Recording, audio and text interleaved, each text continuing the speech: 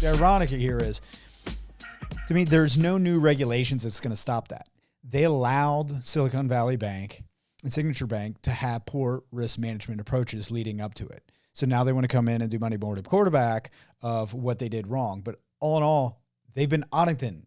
The federal regulators have been auditing them at least every 18 months. And so, those practices of having 90% of the uninsured deposits over the 250 limit, that didn't just happen. That's been going on. So I know the scrutiny that we go through in our asset liability management at a small bank. If they went through half the scrutiny that we go through, they wouldn't have been in this position. So, I think there's a completely different, I think they audit smaller banks way differently than bigger banks.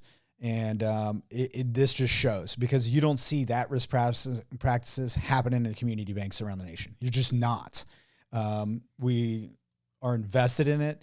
Our money's tied into the future of the bank.